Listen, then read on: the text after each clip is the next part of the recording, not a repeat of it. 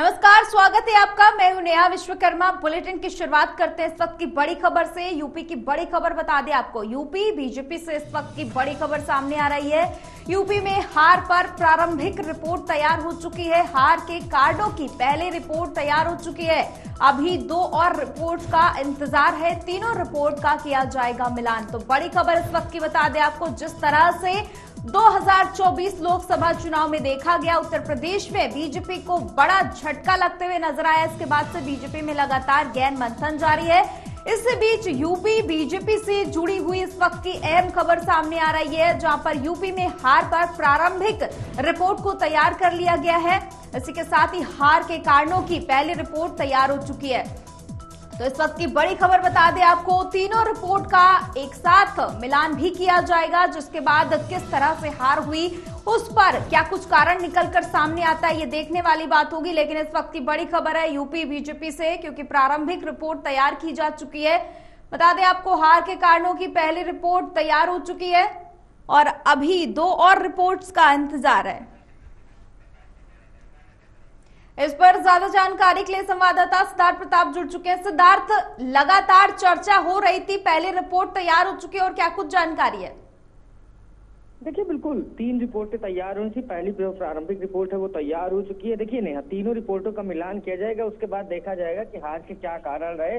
तीनों रिपोर्टों में अब देखना ही है क्या क्या कारण निकल कर सामने आते हैं। लेकिन जो सूत्रों के हवाले से खबर निकल कर सामने आ रहे हैं, उसमें कहीं ना कहीं ये जो प्रारंभिक रिपोर्ट है उसमें ये निकल कर सामने आ रहा है कि कहीं ना कहीं बीजेपी का ज्यादा केंद्रीकृत हो जाना भी नुकसानदायक रहा। और जो पहले प्रत्याशियों की घोषणा कर देना, पहले इस और कार्यकर्ताओं के साथ समन्वय न बैठना बूथ पर, ये भी एक चीजें हैं। देखिए, लगातार जिस तरीके से चाहे राज्यसभा चुनाव रहे हो, चाहे जो भी चुनाव रहे हो, केंद्रीकृत ज्यादा रहा। प्रत्याशी जो है वो दिल्ली से भेज दिए गए, तो जो यहाँ के कार्यकर्ताओं थे उसमें काफी असंतोष देखने को मिला। जिन प्रत्याशियों की सर्वे रिपोर्ट गड़बड़ हो गई थी, उसमें कहीं ना कहीं प्रत्याशी भेज दिए गए और दूसरी बार कई ऐसे लोकसभा प्रत्याशी दे दिए गए जिनके लिए सर्वे रिपोर्ट ठीक अच्छी नहीं थी। और आरएसएस का कहीं ना कहीं खुलकर बीजेपी का साथ न देना, ये भी एक सबसे प्रमुख कारण है बीजेपी के हार का।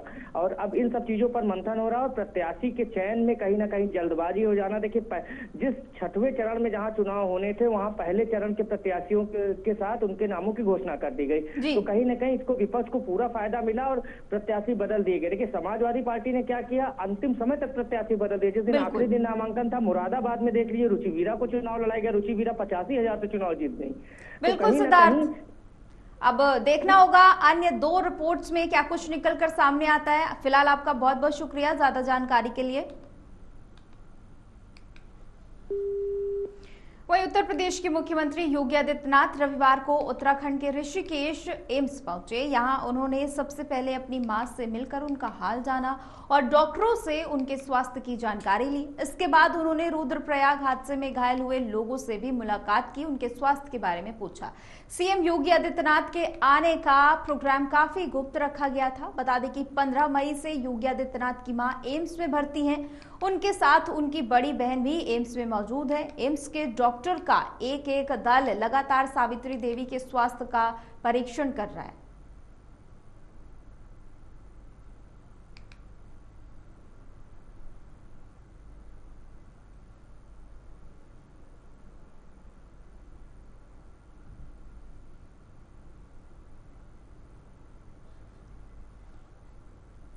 और वहीं लखनऊ से बेखौफ सैलून कर्मी का कारनामा सामने आया है, जहां पर सैलून कर्मी अपने थूक से मसाज करता हुआ नजर आया। इसके बता दें आपको कि पूरा वीडियो सोशल मीडिया पर वायरल हो गया, जिसमें साफ देखा भी जा सकता है, वीडियो भी आप देख सकते हैं कि फेस मसाज कराने आए युवक के चेहरे पर वो थूक से मसाज करता हुआ दिखाई दे रहा है। मसाज करवा रहे युवक को जब इसका शक हुआ तो उसने सैलून में लगा सीसीटीवी चेक किया, जिसे देखकर उसके होश उड़ गए। उसके मसाज की पूरी घटना कैमरे में कैद हो गई थी। सीसीटीवी फुटेज में सैलून कर्मी हरकत साफ तौर पर देखी जा सकती, किस तरह से उसने युवक के साथ ये बदसलूकी की है, उसके चेहरे पर थूका, उससे मसाज करता हुआ नजर आया और ये वीडियो भी सोशल मीडिया पर वायरल हो चुका है। लखनऊ की खबर है, जहां पर थूक से मसाज करता हुआ नजर आया। और सीएम योगी आदित्यनाथ को लेकर आपत्तिजनक पोस्ट करने वाले सिरफिरे को कानपुर पुलिस ने अरेस्ट कर लिया है। प्रयागराज से पकड़े गए युवक ने कुंवर राजपूत नाम के अपने एक्स अकाउंट पर लिखा कि कानपुर क्राइम ब्रांच का दरोगा आरिफ मुख्यमंत्री की हत्या कर देगा। इस पोस्ट से कानपुर से लेकर लखनऊ तक पुलिस अफसरों के बीच हड़कंप मच गया। पोस्ट का संज्ञान लेते हुए शासन ने कार्रवाई के निर्देश दिए हैं। इसके बाद दरोगा मोहम्मद आरिफ ने साइबर थाने में कुंवर राजपूत के खिलाफ एफआईआर दर्ज कराई। साइबर थाने की पुलिस ने जांच शुरू की तो सामने आया कि आईडी प्रयागराज से ऑपरेट हो रही है। 2 दिन की मशक्कत के बाद प्रयागराज से दीपक श्रीवास्तव नाम के आरोपी को अरेस्ट किया गया। पूछताछ में भी शातिर भड़काऊ बातें करता रहा। दीपक का फैमिली बैकग्राउंड, आपराधिक इतिहास की जांच की गई तो कुछ भी संदिग्ध नहीं निकला। और वही बता दें आपको कि पुलिस ने उसे अरेस्ट करके जेल भेज दिया है। वहीं सहारनपुर इलाके में वन्य जीव क्रूरता का दिल दहलाने वाला मामला सामने आया है। पुलिस और चौकी राजपुर इलाके के गांव में तस्करों ने जिंदा कछुए को न सिर्फ आग में जला दिया, तस्करों ने कछुए को जलाने का वीडियो बनाकर सोशल मीडिया पर पोस्ट कर दिया है। मामला पुलिस तक पहुंचा तो राजपुर पुलिस ने तस्करों के साथ सांठगांठ करके मामले को दबा दिया। इस बात का जब बता दें आपको कि पुलिस गई तो उन्होंने आरोपियों के खिलाफ महज 151 की धारा में मुकदमा दर्ज करने की बात कही। वन्य जीव क्रूरता अधिनियम की धारा में ही कार्रवाई की जाएगी। वहीं गाजियाबाद जिले में ईस्टर्न पेरीफेरल एक्सप्रेसवे पर भीषण सड़क हादसा हो गया है। बता दें कि एक कैंटर को ट्रक ने टक्कर मार दी, जिसके बाद कैंटर पलट गया, जिसमें 35 मजदूर सवार थे जो ईंट भट्टे में काम करते थे। बता दें कि सभी मजदूर हरियाणा से हरदोई लौट रहे थे और रास्ते में एक जगह कैंटर रुका था। इसी दौरान पीछे से ट्रक ने टक्कर मार दी। मजदूरों के साथ उनके बच्चे भी कैंटर में मौजूद थे। इस हादसे में कुल 4 लोगों की मौत हो गई है। मजदूरों बता दें आपको जिसमें से 3 महिला भी शामिल हैं।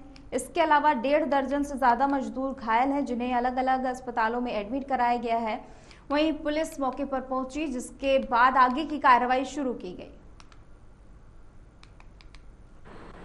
आज दिनांक 16 जून को रात्रि करीब 1:15 बजे एक आयसर कैंटर HR 69C 8183 यह आयसर कैंटर गन्नौर जनपद सोनीपत हरियाणा से ईंट भट्ठा मजदूरों को लेकर के हरदोई की तरफ जा रहा था। जब यह आयसर कैंटर पेरीफेरल एक्सप्रेसवे पर रेवड़ी रेवाड़ा बहद ग्राम थाना क्षेत्र मुरादनगर से होकर गुजर रहा था कि कुछ लोग इसमें से लघु शंका के लिए उतरे थे। पीछे से आ रहे एक ट्रक संख्या EV 10 HU 6281 आज भले ही विकास को लेकर केंद्र या राज्य सरकारें बड़े बड़े दावे कर ले, मगर हकीकत आज भी कोसों दूर है। हमारे देश में आज भी कई ऐसे गांव हैं जो बुनियादी सुविधाओं के लिए तरस रहे हैं। यहाँ ना तो बिजली और ना ही इंटरनेट। सरकारी योजनाओं के लिए नाव का सहारा लेकर ग्रामीणों को दूसरे राज्य पर निर्भर रहना पड़ता है, जो खुद एक और बदहाली झेल रहा है। 2 राज्यों की सीमा विवाद में फंसे एक गांव की कहानी आपको आज हम दिखाने जा रहे हैं, जिसे ग्राउंड पर जाकर कवर किया है हमारे संवाददाता योगेंद्र कल्याण ने।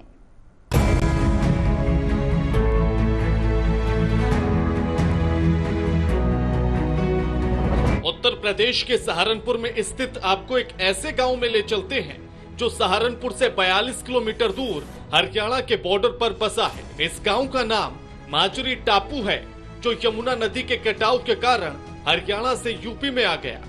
इस गांव का आधा हिस्सा यूपी और आधा हिस्सा हरियाणा से लगता है। इस गांव में आज तक न तो मोबाइल काम करता है और न ही कोई सरकारी योजना का लाभ इस गांव के लोगों को मिल पाता है। जी कहाँ से आ रहे हैं आप? जगाधरी से आए जी। अच्छा, पुल पार करके आ रहे हैं, क्या समस्या है? समस्या पानी की है जी, दवाई लेकर आए, इधर से नजदीक पड़ा है जी, उधर से लंबा पड़ता है जी ज्यादा। अच्छा, ऐसे ही आते हो? हाँ जी, ऐसे आते हैं। बच्चों ने आ रहे हैं, आपके डर नहीं लगता है आपको? डर तो लगता है जी, पर क्या करें, मजबूरी है। अच्छा, आना पड़ता है। अच्छा, हाँ जी। जब भी जाना तो किश्ती से जाना पड़ेगा, और कोई रास्ता ना जी, और कोई रास्ता नहीं है जी, किश्ती से जाना पड़ता है। इस गांव के लोग राशन लेने के लिए लंबी दूरी तय करते हैं और हरियाणा के यमुना नगर जाते हैं, जिसकी दूरी लगभग 9 किलोमीटर है। ग्रामीण यहां राशन लेने के लिए पहुंच तो जाते हैं, मगर यहां पर भी उनको एक अलग मुसीबत का सामना करना पड़ता है। समस्या है के लिए हमारी, लेकिन हमारा तो एक ही मेन मुद्दा है हमारा पुल बन जाए, पुल बन जाए तो हमारा बच्चों ने भी सुविधा मिल जाएगी, स्कूल की भी बस आ जाएंगी, सारा कुछ हो जाएगा। और ये एग्रीकल्चर की लाइन भी आ जाएगी। ये हरियाणा की जो है, हरियाणा ने हमें क्या एक बिजली दे रखी, वो भी सन 72 में आई थी, सन 72 में। और ये डबल लाइन होने थे, हमारे गांव के कनेक्शन नहीं हो रहे, कनेक्शन तक नहीं हो रहे, तो हम बताओ और करा क्या बहिष्कार। गाँव को डिजिटल से जोड़ा जा रहा है। आज डिजिटल सब जोड़ रही होगी, आप ही देख लो। अब यहाँ आपके कितने फोन चल रहे, कैसे पढ़ाई करे बच्चे। बाहर पढ़े मेरे गांव के 20 परिवार घर छोड़ के, और जी बाहर पढ़े बच्चों के पढ़ाने वास्ते। पीछे खेती छूट रही, मेन जो है हमारी खेती ही साधन है, और कोई साधन नहीं है। हाँ जी, तो क्या मांग करते हैं? बस हमारी तो मांग यही है, पुल है, और इतना हमारा पुल नहीं बनता, इतने लग हम बहिष्कार रखेंगे। और ये सरपंची का भी, विधानसभा का भी, हर चीज का बहिष्कार रहेगा। राशन लेने के लिए पहले ग्रामीणों का बायोमेट्रिक होता है, मगर यहाँ हमेशा बिजली और इंटरनेट उपलब्ध नहीं होने की वजह से या तो उन्हें वापस लौटना पड़ता है या फिर पूरे दिन इंतजार में बैठकर बिजली और इंटरनेट का इंतजार करना पड़ता है। इस गांव के बारे में आपको ये भी जानकर हैरानी होगी कि यहाँ न तो कोई डॉक्टर है और न ही सरकारी सामुदायिक स्वास्थ्य केंद्र। सरकारें भले ही विकास से जुड़े लाख दावे कर लें, मगर इस गांव की स्थिति हकीकत से कोसों दूर है। गांव की समस्या पुल की सबसे मेन समस्या है। समस्या तो और सी सारी बहुत सी हैं, लेकिन पुल के होने से, और ये पुल हमारी मांग आज से नहीं काफी दिन से चली आ रही, और सबके बहकावे में आ गए, इनके कांग्रेस से दे दो, इनके भाजपा दे दो, ऐसे हर साल वोट घेरते रहे हर प्लान में, और मैं झूठा आश्वासन दे के और वोट दिलवा लेने। लेकिन इस साल इस लोकसभा चुनाव में हमें बिल्कुल बहिष्कार करे, अपनी मर्जी से करे, अपनी समस्याएं देखते हुए। और इतनी जटिल समस्या है, इसमें सबसे बड़ी प्रधानमंत्री की योजना है, भाई फ्री अनाज है। अनाज लेने खातर कम से कम 600 रुपये खर्चा आता है एक परिवार का।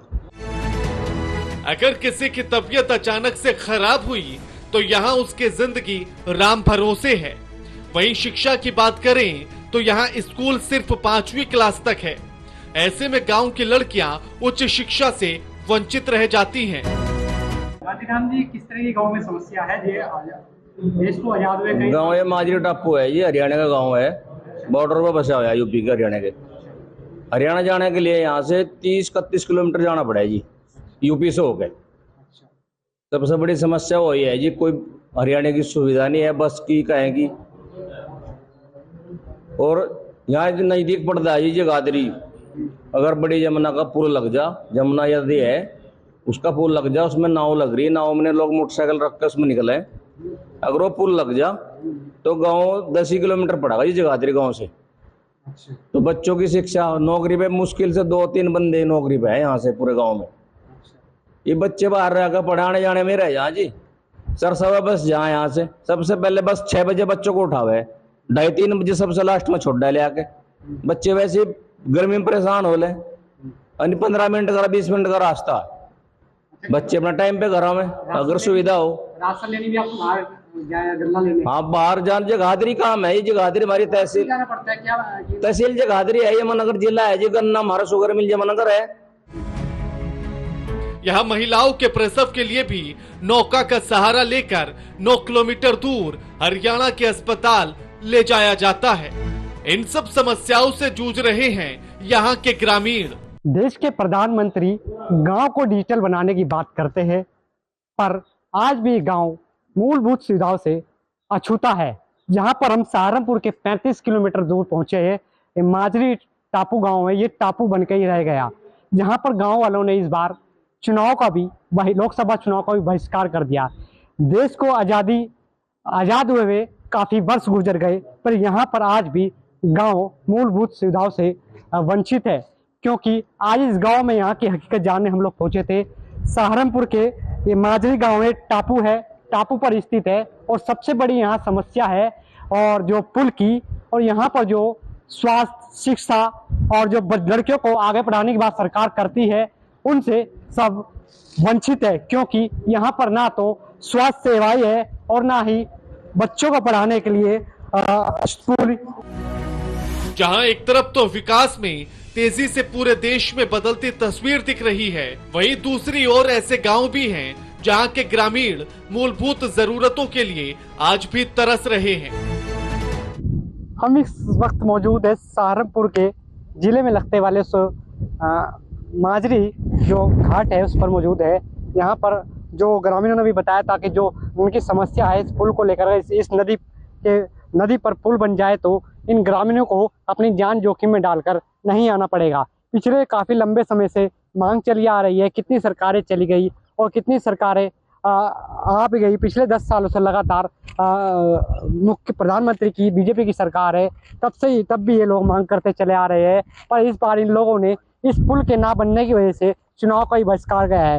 ये देख सकते हैं ये नाव है, बोट है, जो यहाँ पर ग्रामीण मौजूद है और एक बोट चलाने वाले भी मौजूद है। इनसे बात करेंगे कि ये लोग अपनी जान जोखिम में डालकर जो हरियाणा का जो सड़क पार है, ये पूरी नदी पार करके वो हरियाणा के उस पर जाते हैं, तब जाकर ये अपने जो इलाज के लिए या जो भी सुविधा है मेडिकल के लिए, शिक्षा के लिए जान जोखिम में डालकर यहाँ स्कूली बच्चों को भी इस नाव में बैठकर पढ़ाई के लिए जाना पड़ता है। पर फिर भी सरकार की आंख मूंदे बैठी है, जनप्रतिनिधि कोई सुनने को तैयार नहीं है। लगातार इस नदी पर, जो नदी है ये, इस पर कई घटनाएं भी हो चुकी है और हम इन लोगों से बात करेंगे क्या इन लोगों की समस्या है और इस पुल की ना बनने की वजह से लोगों ने चुनाव का भी बहिष्कार किया है। जी नमस्कार सर, मेरा नाम श्याम है, माजरी टापू गांव है मेरा और लोकसभा जो है अम्बाला लगती है।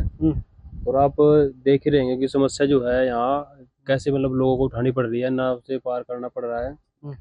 गांव की ये एक गांव की समस्या नहीं है, इस रास्ते से यार लगभग जो है ना 20 गांव जो है कनेक्ट है, उनकी जो है जमीन भी है, उनका जो है परिवार का संबंध भी है, वो यहाँ पर एक दूसरे के साथ मिलना जुलना लगा रहता है और वो सारा का सारा आना इस नाव से रहता है। और नाव में जान की समस्या है, बिल्कुल जान जोखिम में डालकर। कोई घटनाएं हुई है?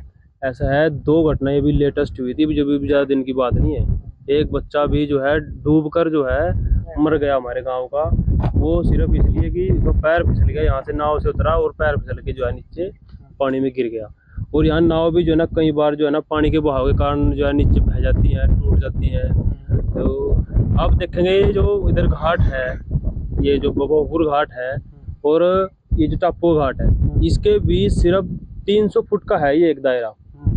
और इस 300 फुट के कारण हम लोगों को जो है 40 किलोमीटर जो है फालतू यूपी से घूमकर जिला मुख्यालय जगाधरी जाना पड़ता है। और सारे काम वही है, आजकल सरकार ने ऑनलाइन चलाया हुआ है और सारे ऑनलाइन काम जगाधरी जाके करने पड़ते हैं। गांव में तो आपको पता है कि रेंज की भी जो है बिल्कुल दिक्कत है, नेटवर्क भी नहीं है और जितने जिला मुख्यालय के काम है सारे जगाधरी में जाकर ही होंगे। और इसी एवज में सभी जो है अपने बुजुर्ग हैं, जो परिवार के सदस्य हैं, उनको जो है जाने में कठिनाई होती है। और इसी के लिए इस गांव में बहिष्कार की मांग रखी गई थी, वो सबने बहिष्कार किया भी है। और पुल की जो है मांग है जो भाई अगर हमारा पुल दोगे तो वोट लोगे।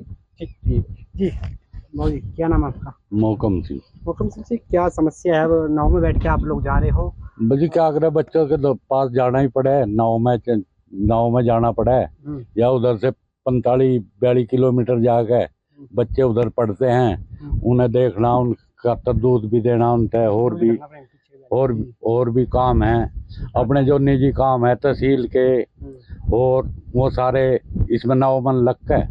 और जी भी जाना है 8 किलोमीटर पड़ा जगाधरी। डर लगता? डर तो लगता है, क्या करे, बच्चों के लिए डर करेगा क्या? अच्छा, क्या करेगा? डर वैसे भी मरे पड़े, वैसे भी इसमें मर जाए और अच्छा। इसलिए हमें बहिष्कार इसलिए करा। आगे लोकसभा के चुनाव में क्या सोचा है? विधानसभा के में हमारे साथ हम अकेले नहीं है, विधानसभा के में हमारे 15-20 गाँव जो इसे संबंधित है वो जुड़ गए हमारे साथ, और विधानसभा का क्या दो सरपंची तक का इतने तक हम बहिष्कार रखेंगे। ये 15-20 गांव, एक गांव नहीं रहा, अब 15-20 गांव हो गए, इतने तक हमारा पुल का समाधान नहीं होता, इतने तक हम बहिष्कार रखेंगे। हमारे पूरे 15-20 गांवों की ये बात है। जी क्या समस्या है? समस्या तो रास्ते ही बड़ी है सर। जैसा उधर से घूम के जहाँ गाँव महल्ले में तहसील में जाकर एक नकल ही लेनी, जमीन की नकल लेनी, 7 बजे तक वहाँ टोकन कटे, 7 बजे तक तो नहीं 40 किलोमीटर जा पाते, बस हम तो रह जाए। जैसे प्रेग्नेंट महिलाएं होती है, डिलीवरी का टाइम होता है कि उन्हें भी नाव से जाना पड़ता है? हाँ, नाव से भी जाना पड़ेगा। अच्छा, ये नाव में चढ़ाना उतारना, बताओ क्या समस्या है। मोटरसाइकिल भी नाव में चलती है? 1-2 केस तो ऐसे हुए, किश्ती में ही बच्चा पैदा हो गया। 1-2 ऐसा भी हो गया, वो मरीज ही खत्म हो गया। तो जनप्रतिनिधि सुनते नहीं क्या? कोई नहीं सुनता, कोई सुनता नहीं, ऐसा भी होता है। मैं बलिंदर सिंह, आपको माजरी से जी। उनकी मांग करते आ रहे हैं लगातार, आजाद हुए काफी वर्ष गुजर गए, कई सरकारें आई, कहीं चली गई। बिल्कुल। और बीजेपी का नारा था कि सबका साथ सबका विकास। जहाँ हो रहा होगा जी विकास, हमारा तो कोई साथ नहीं, कोई विकास नहीं। और आज़ाद हुए भी 70-75 साल हो चुके, हम आज भी आज़ाद नहीं है।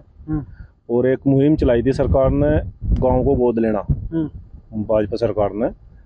तो हमारे 1-2 गांव इधर के तो लिए उन्हें गोद, जो अच्छे गांव थे, जिन्हें कोई जरूरत नहीं थी किसी चीज़ को, गांव गोद लिए थे। हमने कहा भी हमारे ने भी ले लो भाई, तो कहा पाई जी ने कौन गोद लेगा, पहले ये पाई जाए। तो ये बिल्कुल सच है। मेरे से पहले हमारे गाँव के जो बड़े भाई बताया, सच्चाई है बिल्कुल, ये सच्चाई तो पूरी है, लेकिन इससे कब तक जूझना पड़ेगा। रही बात बहिष्कार की, लोकसभा का कर दिया, अभी विधानसभा का होगा, उसका भी करेंगे। 2 गाँव जुड़ गए, गुड़ो पीपली टापू माजरी मारे, उसमें भी पूर्ण बहिष्कार है। 1600 वोट मतलब 50-60 वोट पड़ के कोई गलत नहीं, ऐसे भी गिर जा। और भी गाँव जुड़ेंगे, कम से कम 20-25 गाँव। क्या नहीं लगता खतरा है इस पे? खतरा तो है जी, क्यों नहीं है खतरा। पानी में गिरने के बाद तैरना तो किसी बात का नहीं, बच्चा का थोड़ी पानी में गिर गया, मरेगा डूब गए। जनप्रतिनिधि आते हैं आप लोग? यहाँ कोई नहीं आता, वोट चाहिए तो आवेंगे, उसके बाद जैसा बना कोई नहीं आता यहाँ, बुलाने से भी नहीं आते, जरूरत नहीं है लोगों ने किसी की। क्या नाम कुमार है जी? जी, मैं माजरी टापू से रहने वाला। और समस्या सबसे बड़ी तो पुल की है जी, यहाँ रास्ते की। इसलिए ये नदी आप देख रहे हो, बीच में पानी थोड़ा है जी। और ये चौमासे में जैसे बरसात शुरू होती है तो ये वहाँ तक भर जाती है, उस किनारे तक। तो उस टाइम पे यहाँ पे ट्यूब भी रखते हैं, नाव के जरिए निकलना पड़ता है, क्योंकि बीच में इनकी 1-2 बार कंडी टूट गई, जैसे बांध देख रहे टूट जाता है, ये धस जाता है, जमीन में पत्थरों फंस जाता है। तो एक बार ऐसा हुआ कि इनकी कंडी धस गई और 2 ने छलांग लगाए थे, भैया तो किश्ती नीचे बह गई भैया। अच्छा, तो साथ में फिर ट्यूब वाले रखे लड़के खड़े थे, उन्होंने ट्यूब लेके उन 2 बंदों को बचाया वहाँ। तो ये समस्या ये है जी। और इसको देखते हुए अगर हम इसमें जोखिम तो हमें लेना पड़ा, क्योंकि हमें 40-45 किलोमीटर तक जाना पड़ा है। जगाधरी 7 किलोमीटर पड़े, 8 किलोमीटर पड़े यहाँ से, और हमने जाना पड़ा 45 किलोमीटर घूम के। हमें भी अपने जेब में 100 रुपये मतलब 10 रुपये बचाने की रहो जा भाई, 10 रुपये बच जाएंगे, यहाँ निकट जाएंगे, अगर वही हमारे पूरे हो जाए। जोखिम नहीं डाल रहे आप? जान तो डाल लेंगे जी जोखिम में, और क्या करेंगे, हमारा मजबूरी है। बच्चे पढ़ाने लिखाने, वहीं रहना, या तो मकान ले अपने, मोल खरीद दो। जो संपन्न है लोग तो अपने मकान भी खरीद रहे हैं, वहाँ लेके आपको गल्ला लेने के लिए भी इस नहर को पार करने जाना पड़ता है? गल्ला लेने के लिए चलो हम तो नहीं लेने जाते हैं, पर मेरे गाँव की इतनी बड़ी समस्या है ये भी, जो गरीब लोग हैं जो गल्ला लेने के लिए जाते हैं, उनके लिए गल्ले का एक बार यहाँ पे किया था, लेकिन फिर भी यहाँ से हटाया गया। फिर भी पर गाँव पड़ता है वहाँ पे, या भोग पर कई गाँव में कभी कोई जमनगर से लेके आता है, कोई बूढ़े से लेके आता है, कोई जगाधरी से लेके आता है। लेकिन यहाँ से जो कुछ ऐसे लोग हैं जो जिनके घर में अपंग आदमी बैठा है और लेडीज है, वो लेकर यहाँ आपत्ति है, तो मैं भी वंचित रह जा भी कोटे के तरफ से। अच्छा, देखिए हमारे साथ नाव चालक मौजूद हैं, इनसे बात करेंगे। चाचा कब से नाव चला रहे हैं? मेरे को कम से कम 10-12 साल हो चलाते हैं। अच्छा, हाँ, तो मान ले हम भी क्या कर सकते हैं भाई, जितना कम पानी हो तो हम भी चला लें, लेकिन ज़्यादा पानी हो तो ये कभी ये हमारी कांडी टूट जाती है, कभी पंखा टूट जाता है। बताओ हम इनको बचाएं या आप बचेंगे, कैसे करें हम? हम तो जितना हमारी सुविधा होती है उतना कर लेते हैं, लेकिन बाकी हमसे नहीं होता। भाई मान लो कभी कंडी टूट गई, सवारी इसमें बैठी, हम नीचे कंडी पकड़ने गए, नाव नीचे बहेगी, अब बता सवारियाँ कहाँ जाएंगी। घटनाएं भी हुई है, घटनाएं तो कितनी होती हैं, जैसे कि मान ले कोई अगर 22 दफा किसी का पाँव फिसल जाए, वो बचाए, हम उसको बचाएं, या वो जो 10-20 हमारे पास बैठे उनको बचाएं, किस को बचाएं। हमारा तो इतना है भी, मान ली चलो आर पार करा देते हैं इनको, लेकिन मान ली पूरा तो सुविधा हम भी नहीं दे सकते इनको, क्योंकि सरकार ही। ये थे हमारे साथ गांव वाले और गांव चालक है। इनका कहना है कि जल्द से जल्द बन जाए, नहीं तो यहाँ लगातार लोगों की जान को खतरा बना रहता है। कई बार लोगों की जान भी चली गई है, और जो महिला होती है जो, उसे भी यहाँ पर बच्चे इस नाव में ही जो डिलीवरी होती है इस नाव में डिलीवरी हुई है। कहीं ना कहीं बहुत बड़ी समस्या है, पर सरकार को जागना होगा, सरकार के जनप्रतिनिधियों को जागना होगा। हम सरकार से मांग करते हैं हम भी कि हमारे चैनल के माध्यम से सरकार इनकी इस पुल की मांग को पूरा करे, ताकि ये लोग इस नदी को पार करके आसानी से अपने जो मूलभूत सुविधाएं है वो ले सके, और जो भी इन गाँव वाले की समस्या है उन समस्याओं का भी समाधान हो सके। इस पुल की समस्या की वजह से गांव में जो मोबाइल की नेटवर्किंग है वो भी नहीं है, कोई बस या कोई टेम्पो भी गांव में नहीं जा सकता है, और जो बच्चों का भविष्य जुड़ा है इस पुल से ही जुड़ा है। AMV नेटवर्क के लिए तौसीफ गौर के साथ जोगेंद्र ज्ञान, सहारनपुर। ऐसा भी नहीं कि किसी को इस गांव के बारे में पता न हो। लोकसभा चुनाव में भी इस गांव में कोई भी जनप्रतिनिधि, चाहे हरियाणा से हो या यूपी से, किसी की हिम्मत नहीं हुई कि इस गांव में वोट मांगने के लिए आ सके। लेकिन जहां कोई नहीं पहुंचता वहां पहुंचती है AMV नेटवर्क की टीम। सहारनपुर से जोगेंद्र कल्याण की रिपोर्ट। उत्तर प्रदेश के खास बुलेटिन में फिलहाल इतना ही। देश और दुनिया की तमाम खबरों के लिए देखते रहिए AMV नेटवर्क।